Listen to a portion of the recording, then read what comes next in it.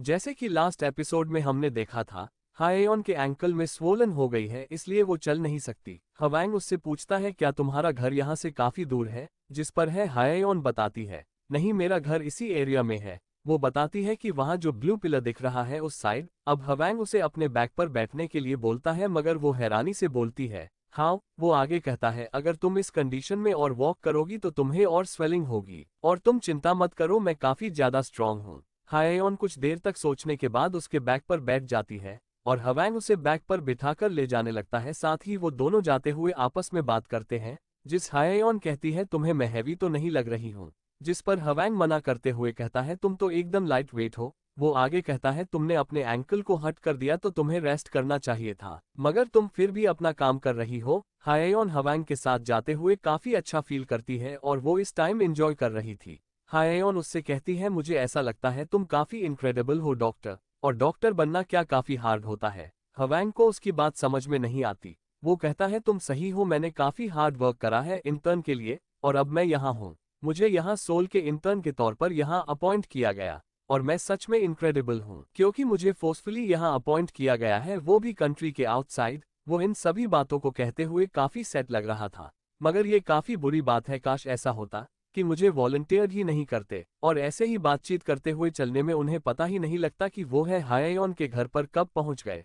वो दोनों घर के अंदर जाते हैं। हवांग उसके घर को देखकर कहता है तुम्हारा घर काफी कोजी एंड नाइस है। वो उससे ये भी पूछता है क्या तुम यहाँ अकेली रहती हो, जिस पर हाएयोन उसे बताती है कि यूजुअली मैं मेरी ग्रैंडमा और मॉम के साथ यहाँ रहती हूँ, मगर मेरी ग्रैंडमा हॉस्पिटलाइज्ड है क्योंकि उनकी सर्जरी होनी है। उन्होंने अपनी बैग को हट कर दिया है और मेरी मॉम अब उन्हीं के पास है, उनका ख्याल रख रही है, और ये ज्यादा बड़ी चीज नहीं है। हवांग को इस बात से रिलीफ होता है कि ये ज्यादा बड़ी प्रॉब्लम नहीं है। हवांग हाएयोन से उसका इंजर्ड उसे दिखाने के लिए कहता है। हाएयोन अपना इंजर्ड लेग उसकी तरफ करती है और कहती है क्या तुम बैंडेज अपने साथ में लेकर घूमते हो, क्योंकि हवांग ने अपने बैग से बैंडेज निकाल ली थी।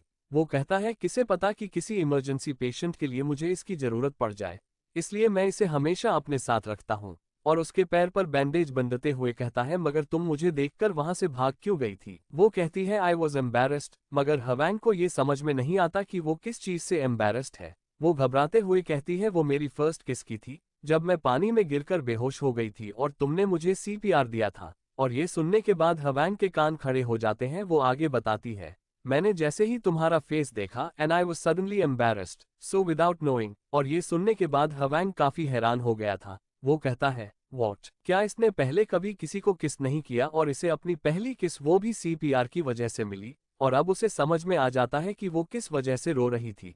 हाएयोन कहती है मैंने सोचा मेरे दोनों सीनियर फिर से मुझे टीज करेंगे अगर उन्होंने मुझे तुम्हारे साथ देख लिया, इसलिए मैं वहां से भाग गई और छुप गई। हवांग अपने मन में सोचता है आखिर इसे कैसे याद आएगा, क्योंकि ये तो उस टाइम अनकॉन्शियस थी, और आखिर इस कैसे पता। Gasp, wait does that means मेरे साथ हाएयोन की फर्स्ट किस हुई। और अब हम बाहर का मौसम देखते हैं जो अभी तक साफ था, मगर अचानक से अब बारिश होने लग गई थी। वो लोग भी इसी बारे में बात करते हैं कि अभी तक तो मौसम एकदम साफ था और अचानक से बारिश होने लग गई। और हवांग बताता है कि मेरे पास तो अम्ब्रेला भी नहीं है, मैं अपने घर कैसे जाऊंगा। हाएयोन कहती है ये तो फॉक्स रेन है, मगर इसका मतलब हवांग को नहीं पता कि ये फॉक्स रेन क्या होती है। हाएयोन उसे बताती है कि काफी साल पहले एक क्लाउड था जो फॉक्स को पसंद करता था। वो फॉक्स जहां कहीं भी जाती है वो क्लाउड हमेशा उसके पीछे आता और उसे अपनी ठंडी छांव और ठंडी हवा देता ताकि उसे धूप और गर्मी से कोई परेशानी ना हो। और वो फॉक्स जब भी प्यासा होता तब वो क्लाउड सनशाइन में बारिश करा देती।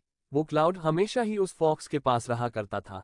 हाउएवर, वो क्लाउड फॉक्स को पसंद करता था, मगर वो फॉक्स ने टाइगर से शादी कर ली और वो फॉक्स टाइगर के साथ वहां से जाने लगा और वो क्लाउड उसे देखकर उदास हो गया और रोने लगा। वो उस फॉक्स को जाता हुआ देख रोता रहा, और उस दिन के बाद से जब भी इस तरीके से बारिश होती है तो सभी लोग इसे फॉक्स रेन कहते हैं।